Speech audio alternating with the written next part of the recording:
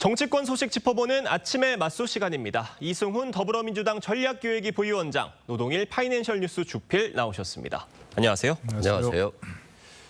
전해드린 대로 사전투표 첫날이던 어제 19.58%라는 역대 최고 투표율을 기록을 했습니다. 사전투표 관련해 후보들 얘기부터 들어보겠습니다. 사전투표에 많이 참여해 주시는 것이 시간을 합리적으로 배분하는 데도 도움이 될 것이고 국민들께서 반드시 투표에 참여하셔서 이 잘못된 결과를 빚어낸 내란 세력에 대해서 엄중하게 강력하게 심판해 주시기를 바랍니다. 투표율이 높다는 것은 그만큼 우리 이번 선거에 대한 관심이 높다고 봐야 되지 않겠나. 투표율이 떨어지거나 투표를 하지 않는 것은 이런 더 큰 문제 같습니다. 마지막 추격이 지금 일어나고 있습니다. 지난 6개월 동안 대한민국의 혼란에 대해서 많은 유권자들께서 이제는 빨리 끝나야 된다라는 생각을 하고 계신 것 같습니다. 높은 사전투표를 넘어서 정말 투표율 80%, 90%를 넘는 그런 결과가 나왔으면 좋겠습니다. 사전투표 첫날부터 투표 열기가 참 뜨거웠습니다. 첫날 기준으로 역대 전국 단위 선거에서 가장 높은 투표율을 기록을 했다고 하고 조금 전인 오전 7시 기준으로도 가장 높은 투표율을 계속 유지를 하고 있다고 합니다.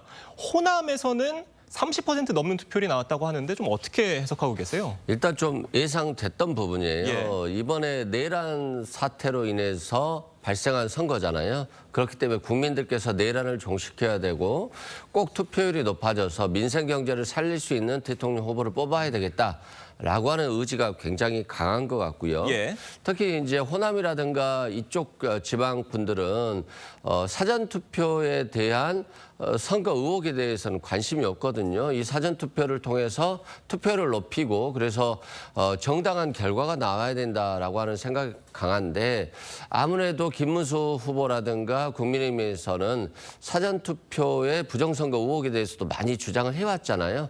그렇기 때문에 사전 투표를 하지 않고 본 투표를 하겠다라고 하는 생각들이 많은 것 같고 실제 대구 같은 경우 사전 투표율은 낮습니다만 본 투표 때 또 굉장히 많이 투표하는 경향이 있거든요. 결과적으로는 이번에 사전 투표율도 40% 전후가 될 것 같고 예. 본 투표도 80%를 넘을 수도 있겠다. 결과적으로는 차기 정부의 대통령은 굉장히 민주적 정당성을 가진 대통령이 될 것이기 때문에 저는 좋은 현상이라고 생각합니다. 네. 노동일 교수님은 어떻게 해석하고 계세요? 글쎄 뭐 이 다 사전 투표율 높으면 누가 유리하다 자기들끼리 다 그러는데 예. 그건 뭐 항상 제 눈의 물대기인 것 같고요. 지금 현재 그 투표율 높은 것만 봐서는 어쩌게 유리하다 얘기할 수가 없는 거죠. 근데 기본적으로 아까 이재명 후보, 김문수 후보가 다 얘기한 게 맞는 것 같습니다. 시간을 합리적으로 배분할 수 있다고 이재명 후보가 그랬지 않습니까? 예. 그러니까 쉽게 갈 수 있지 않습니까? 자기 주소지 아니어도 자기 직장 옆에도 가도 되고 뭐 그러니까 그런 것 편리성이 가장 그 투표율 높아지는데 가장 큰 요인이 된 것 같고요. 또 한 가지는 이제 관심도가 상당히 높다는 생각할 수 있는 것 같고 그런 것도 있을 것 같고요. 이번에는 아무래도 뭐 이렇게 사전 투표율이 높은 것은 이른바 진보 좌파들이 많이 나온 거라고 볼 수 있습니다. 보수 우파 그 유권자들은 이른바 뭐 잘못된 것이긴 하지만 예. 유튜브나 이런 데에서 뭐 부정선거론이 자꾸 확산되기 때문에 내 표가 제대로 관리되나 사전표를 하면 아무래도 옮겨야 되지 않습니까? 우편으로 옮기고 예. 그런 것 때문에 뭐 그런 거에 조금 우려가 있기 때문에 조금 덜 나오지 않았는가 그렇게 생각합니다. 네. 그런데 어제 선관위의 부실 관리가 또다시 도마에 올랐습니다. 이 신촌의 한 사전투표소에서 투표용지가 외부로 반출되면서 일부는 투표용지를 들고 인근 식당에서 식사까지 하고는 일까지 벌어졌다고 하는데 참 아연실색하게 하는 상황이었던 것 같아요. 저도 좀 황당한 예. 상황이에요. 과거에 코로나 시절 때 소쿠리 투표라고 있었거든요. 예. 코로나 때 굉장히 불편하니까 소쿠리에 투표지를 넘겨서 전달하는 방식이 있었었는데 여기에 대해서도 많은 비판을 받았는데 어제 아마 신촌의 한 투표소에 사람들이 굉장히 많이 몰렸던 것 같아요. 예. 그리고 대기 장소가 좁다라고 보니까 신분증을 받고 투표지를 먼저 나눠줬던 것 같은데 대기소 안에 못 들어가니까 투표지를 받아서 밖에 서 있었던 거죠. 그런데 결국 밖에 서 있다라고 해서 투표를 할 수 있는 거 아니잖아요. 대기소가 좁다라고 한다면 투표지도 천천히 발부하면 되는 것인데 굳이 미리 발부해서 이분들이 밖에서 기다리다가 밥까지 먹으러 갔다는 거 아닙니까? 예. 물론 위험성은 상존하지만 부정선거는 없었다라고 봅니다. 그럼에도 불구하고 직접 선거, 비밀 선거인데 이 투표지를 가지고 식당까지 갈 수 있도록 했다라고 하는 것은 그 투표의 공정성이라든가 위험성을 만드는 거잖아요. 그래서 왜 선관위가 이렇게 부실 관리를 하는지 좀 이해할 수 없고 조급할 필요가 없다. 공정선거에 더 염두하는 것이 중요하다라고 말씀드립니다. 지금 언론 보도에 나온 증언들에 따르면 저 투표용지를 들고 외부로 나갔던 분들이 다시 투표를 하러 들어갈 때 신분증 검사가 없었다는 거예요. 이런 상황이라면 맘만 먹으면 누가 다른 사람이 와서 투표용지를 들고 들어갈 수도 있었던 상황인 겁니다. 어떻게 보십니까? 가능성 차원에서 분명히 예. 있을 수 있는 얘기죠. 이거 뭐 작은 실수가 아니고 정말 대형 사고 아니겠습니까? 예. 물론 뭐 그렇게 가지고서 외부에 있거나 아니면 또 식당에 가서 식사를 하고 온 그런 유권자들이야말로 제정신이 아니지만 그건 말이 안 되지만 이런 식으로 관리하는 그 관리 부실이 가장 큰 문제 아니겠습니까? 아니 기표는 시간이 걸리고 신문 확인과 그 투표지 배부에는 조금 빨리 된다 그러면 그 속도를 조절해야 되는 것은 너무나 상식적 아닙니까? 거기에 선관위 현장에 선관위 직원이 없었다 하더라도 그 현장 투표 관리관이 이미 선관위에서 많은 교육을 받고 나온 걸로 알고 있는데 아니 그렇다면 저 정도 관리는 그야말로 뭐 초등학생이라도 생각할 수 있는 거 아니겠습니까? 양쪽의 속도를 맞춰서 해야 되는 것인데 저렇게 저 정도를 또 부실 뭐 관리라고 얘기하고 뭐 사과만 하고 넘어간다면 말이 안 되는 것이고 다시 일이 발생하지 않아야 되는 뭐 대형 사고라고 할 수 있는 거죠, 저것들은. 그러니까 저런 것들이 자꾸 쌓이면 결국 또 이상한 또 부정선거로 연결되는 그런 부분인 거죠. 네. 지금 방금 그 유권자가 이제 투표용지를 들고 잠시 어디를 갔다 왔던 부분에 대해서 좀 지적을 해주셨던 부분에 대해서는 다소 좀 단정적인 표현이 있었다는 점 저희가 한번 짚고 좀 넘어가겠습니다. 이런 가운데 후보들이 막바지 유세에 총력을 기울였습니다. 영상으로 보겠습니다. 경제 폭망의 주범들, 대한민국의 민주주의를 파괴한 그들이 다시는 되돌아올 수 없도록 확실하게 책임을 물어주십시오, 여러분. 6개월 다 넘어가는 대한민국을 구해낸 대반전, 대역전의 도시가 바로 인천 맞죠? 대한민국을 위기로부터 구해낼 수 있습니다, 여러분. 결국에는 양당에게 끌려다니는 거 아니야? 아닙니다. 그것을 바로잡아 주실 국민들만 함께 하신다면은 충분히 마크롱처럼 바꿔낼 수 있습니다. 이재명 후보 얘기부터 좀 해보면 민주당의 험지라고 할 수 있는 강남권 유세에 나서서 경제 대통령을 강조했는데 강남권은 지난 대선에서 민주당이 패배했던 지역입니다. 이번 표심은 좀 어떻게 예상하세요? 저는 이번에는 좀 강남도 좀 변해야 된다라고 생각해요. 문재인 정부 때 소득 주도 성장이라든가 또 부동산 정책에 대한 통제 위주로 가다 보니까 부동산이 폭등한 부분이 있었어요. 예. 그걸 이제 세금으로 막으려다 보니까 강남권에서 좀 부정적인 인식, 그래서 민주당을 덜 지지하는 효과가 발생했었는데요.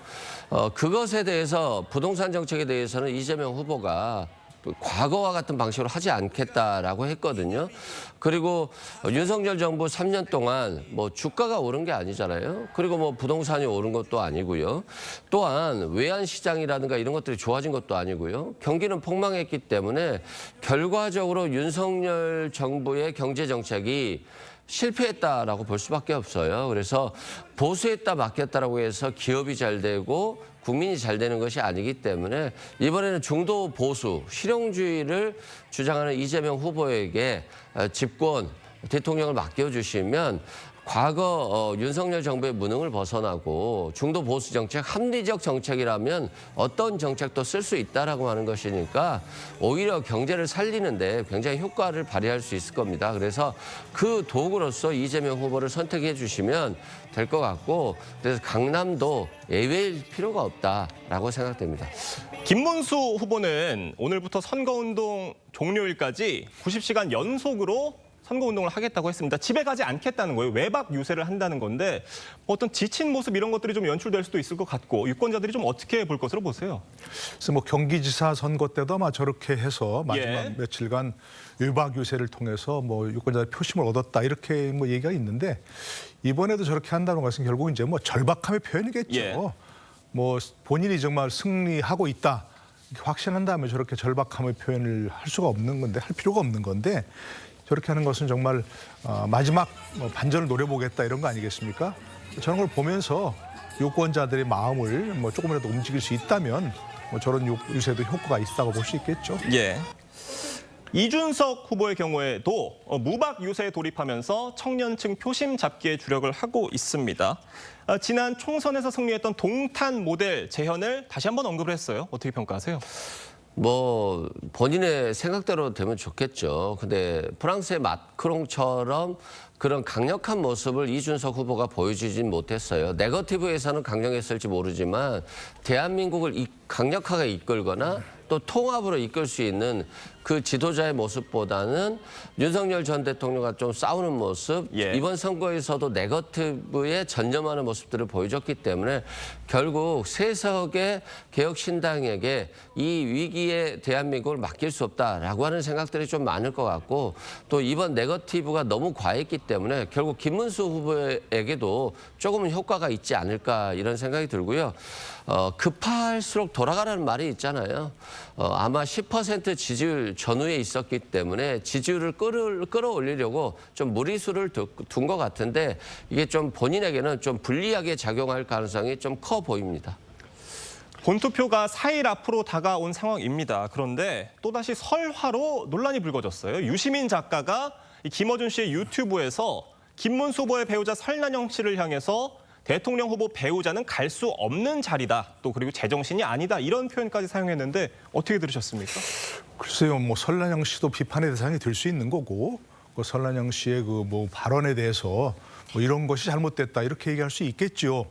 이런 식으로 무조건적인 비하 발언을 한다고 하는 것은 있을 수 없는 일이고요. 유시민 작가 이분의 말을 그대로 하겠습니다. 이건 예. 본인이 한 얘기입니다. 이게. 예. 본인이 감당할 수 없는 자리에 있다 보니까 제정신이 아니다 이렇게 얘기했거든요. 저 그 말을 똑같이 돌려주고 싶습니다. 유시민 작가가 이제는 예전에 본인이 그런 말 했잖아요. 한참 됐습니다만 나이가 뭐 많이 들면 뭐 뇌가 어떻게 된다고 본인이 그랬지 않습니까? 예. 유시민 작가 본인의 말입니다. 막 그런 상태 아닌가. 그리고 더구나 이렇게 뭐 학력을 전후 맥락을 보면 뭐 학력을 가지고 얘기했더라고요.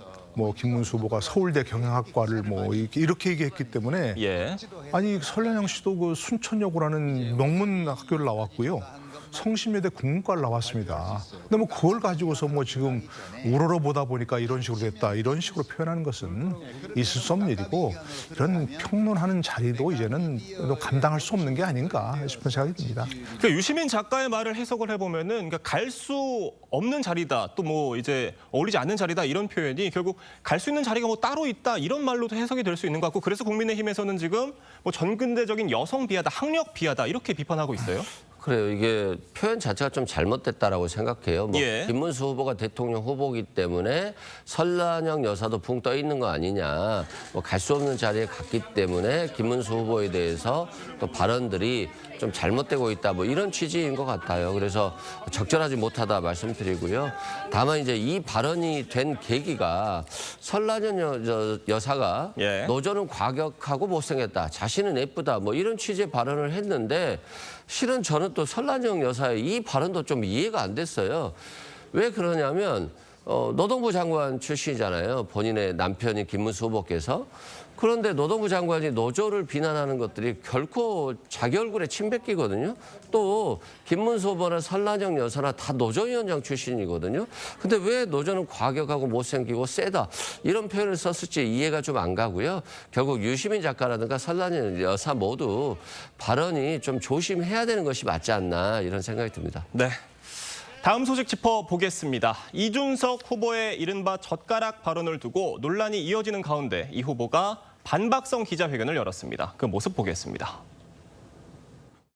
워낙 심한 음담패설에 해당하는 표현들이라 정제하고 순화해도 한계가 있었습니다. 그마저도 불편함을 느끼신 많은 국민들께 진심으로 사과드립니다.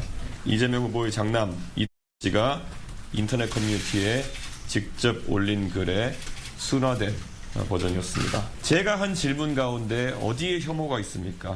정말 성범죄자로 지탄받아야 할 사람은 누구입니까? 불편한 부분에 대해서 사과를 한다고 얘기를 했고, 이준석 후보는 단계적 검증 차원이었다라는 점을 강조하고 싶었던 것 같습니다. 어떻게 들으셨어요? 글쎄요, 뭐 아마도 이재명 후보 그 아들에 대해서 뭐 예. 이런 뭐 도박 표현이나 또 도박 혐의라든지 또 음란 표현이라든지 이런 문제로 이제 뭐 약식 명령이지만 최종 그 법적인 문제가 있다. 이 후보는 어떻게 생각하느냐 이렇게 얘기를 하고 싶었던 것 같아요. 그러나 우리가 똑같은 얘기라도 사석에서 얘기하는 것과 예. 또 유튜브에서 얘기하는 것과 공중파에서 얘기할 수 있는 그런 차원이 다르잖아요, 보통은. 아무리 말하고 싶어도 그와 같은 일을 공중파에서 노골적으로 얘기했다, 그런 표현을. 더더구나 대통령 후보 토론에서 그런 얘기를 했다고 하는 것은 예. 아무리 어떤 얘기를 해도 부적절한 거죠. 있을 수 없는 일이라고 분명히 묻습니다. 공중파에서 그 노골적인 성적인 표현을 했다는 것 자체가 혐오 표현은 아니더라도 그걸 뭐 순화해서 얘기했다고 하더라도 있을 수 없는 표현이었다는 건 분명하고, 또 만약에 이재명 대통령 후보를 검증하겠다 이런 차원이었으면 이거 본인에게 물어봐야죠. 왜 권영국 후보에게 물어봐서 그거를 그런 식으로 얘기합니까? 있을 수 없는 일이고, 그걸 얘기한다면 본인이 이준석 후보 본인보다는 뭐 그런 캠프에서 이와 같은 일을 그냥 공중파 방송이 아니라 기자회견을 통해서 얘기한다면 언론에서 그걸 적절히 뭐 표현할 거, 순화할 거 아니겠습니까? 예. 그러니까 이 문제는 어쨌든 어떤 식으로 봐든 부적절한 것이고, 뭐 검증 차원 문제는 다른 것으로 표현하고, 이준석 후보가 그냥 이준석 후보 본인은 뭐 깔끔하게 사과하고 넘어가는 것이 맞다 이렇게 생각합니다. 대선 후보 토론에서 어떤 부적절한 발언을 했다는 그런 비판들, 지금 이준석 후보에게 난관이라면 난관일 수 있는 상황인 것 같은데, 이준석 후보는 이를 지금 정면 돌파하겠다는 의지로 해석이 되는 것 같아요. 어떻게 보세요?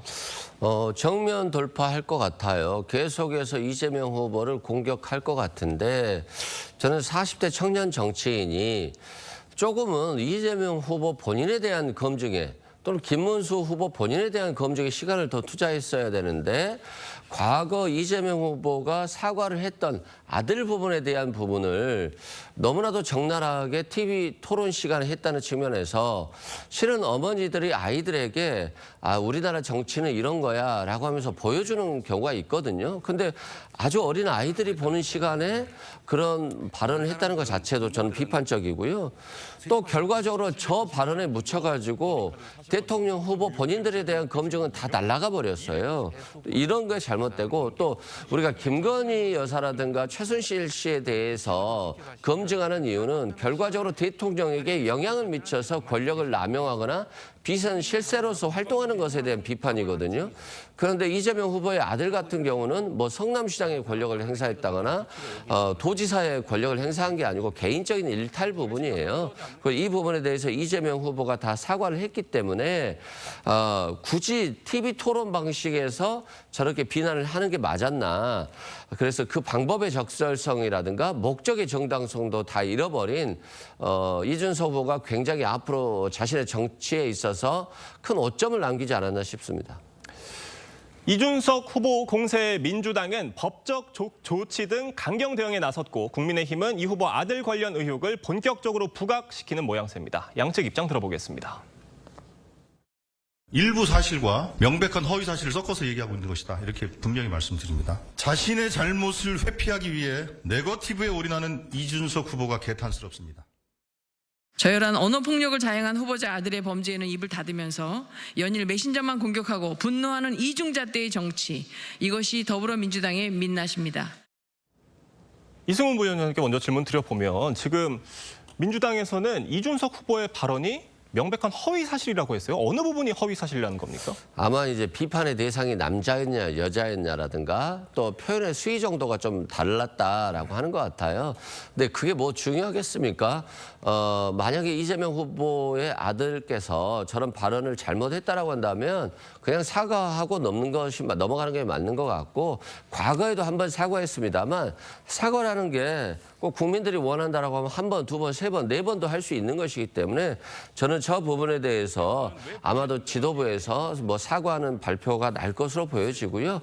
이준석 후보의 저런 표현 제기 방식, 이런 부분들이 전반적으로 다 잘못됐고 여성 혐오를 불러일으킬 수 있어요. 또 범죄라는 게 발생했을 때 이런 도구라든가 수단, 방법 등에 대해서 얘기를 하지 않잖아요. 그건 또 다른 여성 혐오적인 표현을 발생시킬 수 있기 때문에 못하게 하는 거거든요. 그래서 그런 부분도 이준석 후보가 사과해야 되겠습니다만, 있지만 민주당도 뭐 과거에 한번 사과했으면 어떻습니까? 또 사과해야죠. 예. 그런 측면에서 이 사건을 바라보면 좋을 것 같습니다.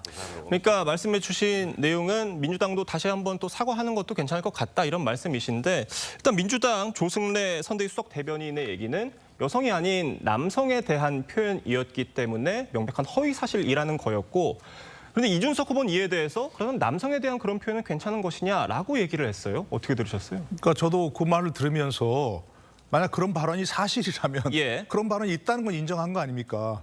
그 남성에게 그렇게 얘기하는 건 뭐 괜찮나 진짜로? 요즘 남성도 성폭력 피해 대상이 되거든요. 예. 그렇지 않습니까? 그러니까 그런 건 좀 적절하지 못한 대응이고요. 이 발언은 분명히 말씀드리지만 이준석 후보가 본인의 정치 생명에 마이너스가 되는 발언입니다. 그리고 만약 이재명 후보 검증이라 하더라도 자, 첫 번째 처음 나온 얘기가 아닙니다. 비슷한 얘기가 있었고 도박 얘기도 있었고 이재명 후보가 예전에 뭐 꼭 이번 그 정확한 건 아니지만 어쨌든 사과를 했었고 그다음에 두 번째로는 이재명 후보 본인에 관한 얘기가 아닙니다. 아들에 관한 얘기거든요. 예. 뭐 한치두치 건너 한나가 두치라고 아들이라면 지금 성인이고 그렇기 때문에 뭐 조금 교육을 잘못 시켰다든가 이런 정도지 그것이 무슨 대통령 후보의 최종적인 결격 사유다. 이런 정도까지 얘기할 수 없기 때문에 이게 무슨 엄청난 후폭풍을 가져오거나 그런 건 아닐 겁니다. 그렇다면 이게 이준석 후보 본인이 잘못한 것 그런 표현이라면 민주당에서는 대응도 부적절하다든가 조금 뭐 사과할 부분이 있으면 사과한다 넘어가고 이걸 키우지 않는 게 좋은 것이지 이걸 법적인 뭐 허위 사실 유포 혐의로 뭐 고발을 한다? 이런 건 별로 현명한 대응은 아니라고 생각합니다. 네. 이재명 후보는 이 사안에 대해서 좀 선을 긋는 분위기인 것 같고 김문수 후보도 다소 언급을 피하는 모양새인데 지금 이 두 후보의 전략은 좀 어떻게 평가하세요? 그러니까 지금 저희들 때 예. 얘기하면서도 예. 정확하게 인용을 하기 어렵잖아요. 예. 그런 얘기들을 무슨 뭐 본인들이 대통령 후보다 대통령이 되겠다고 하시는 분들이 그걸 직접적으로 인용하면서 공방을 벌일 수 있겠습니까? 그 이재명 후보 본인도 뭐 글쎄 뭐 간접적으로 이렇게 이준석 후보를 비판하긴 하는데 이 문제를 정면으로 대응하면서 얘기할 수 있겠습니까? 그러니까 아까 말씀드린 대로 이런 데에 대한 그 뭐랄까 대응은 좀 이른바 로우키로 좀 저자세로 작은 세로도 하면서 기본적으로 파장이 커지지 않게 하는 게 모든 사람에게 좋은 일이다 이렇게 생각합니다. 알겠습니다. 오늘 두 분 말씀은 여기까지 듣도록 하겠습니다. 감사합니다.